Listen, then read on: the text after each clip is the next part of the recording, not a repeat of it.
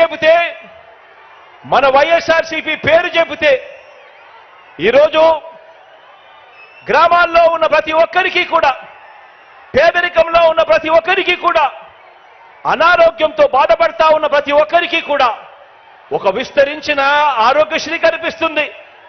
కొత్తగా 108, 104 వాహనాలు కనిపిస్తాయి.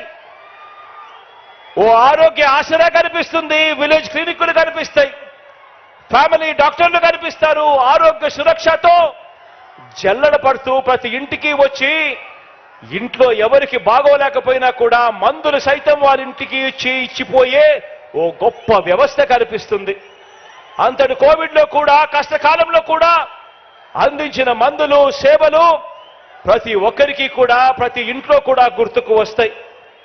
పేదలు వైద్యం కోసం అప్పుల పాలయ్యే పరిస్థితి రాకూడదన్నా, గడప గడపకు వైద్యం అందించే పరిస్థితి ప్రభుత్వం చెయ్యాలి అనన్నా, ఈ పథకాలన్నీ కూడా కొనసాగాలన్నా కూడా, ఇంతకు మించిన మంచి ఆ కుటుంబాలకు జరగాలన్నా మనందరి ప్రభుత్వానికి ఆ పేదలు అండగా దండగా నిలబడాలని, వారే స్టార్ క్యాంపెయినర్లుగా బయటకు రావాలని, అప్పులు పాలయ్యే పరిస్థితి వైద్యం కోసం ఏ ఒక్కరికి రాకూడదంటే అది కేవలం మీ జగన్ ముఖ్యమంత్రి అయితేనే జరుగుతుంది అని చెప్పి ప్రతి ఇంటికి వెళ్ళి చెప్పాలి అని కోరండి. 2019లో మనం అధికారంలోకి వచ్చిన తర్వాతే రాష్ట్రంలోని ఏ గ్రామమైనా కూడా ఆ గ్రామానికి వెళ్ళి అక్కడ నిల్చుంటే ఆ గ్రామంలో ఓ విలేజ్ సెక్రటేరియట్ కనిపిస్తుంది.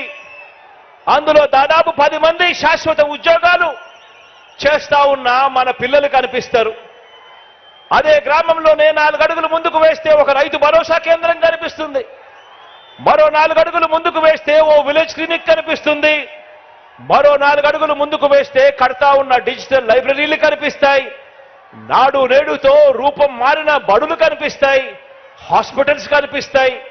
వీటి అన్నింటితో పాటు ప్రతి 50 ఇళ్లకు 60 ఇళ్లకు ఆ ఇంట్లో ఉన్న ప్రతి పేదకు కూడా, ప్రతి అక్క చెల్లెమ్మకు కూడా, ప్రతి అవ్వాతాతకు కూడా, ప్రతి రైతన్నకు కూడా చెయ్యి పట్టుకుని నడిపించే ఓ మంచి వాలంటీర్ వ్యవస్థ, ఒక్క రూపాయి కూడా లంచం అడగకుండా, ఎవ్వరితోనూ వివక్ష చూపించకుండా మంచి చేస్తా ఉన్న ఒక వ్యవస్థ కనిపిస్తుంది.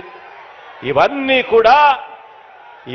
కూడా జరిగాయి ఎప్పుడు అనంటే, ఇవన్నీ కూడా ఎప్పటి నుంచి మొదలయ్యాయి అంటే అది ఈ 57 నెలల్లో మీ బిడ్డ ముఖ్యమంత్రి అయిన తర్వాతనే జరిగాయి అని చెప్పి ప్రతి ఇంటికి వెళ్ళి చెప్పాల్సిన అవసరం ఉంది. ఆ ఇంట్లో, అదే గ్రామంలోనే, అదే వార్డులోనే ఆ ప్రతి ఇంటికి వెళ్ళి అడిగి చెప్పండి, అక్క 5 సంవత్సరాల కిందట మా అన్న ముఖ్యమంత్రి కాకమునుపు ఎప్పుడైనా మీరు ఊహించారా అక్క? గవర్నమెంట్ ఇచ్చే డబ్బు రూపాయి లంచం లేకుండా, వివక్ష లేకుండా మీ చేతికి వస్తుంది అని చెప్పి ఎప్పుడైనా మీరు కలలుగన్నారా అని చెప్పి అడగండి.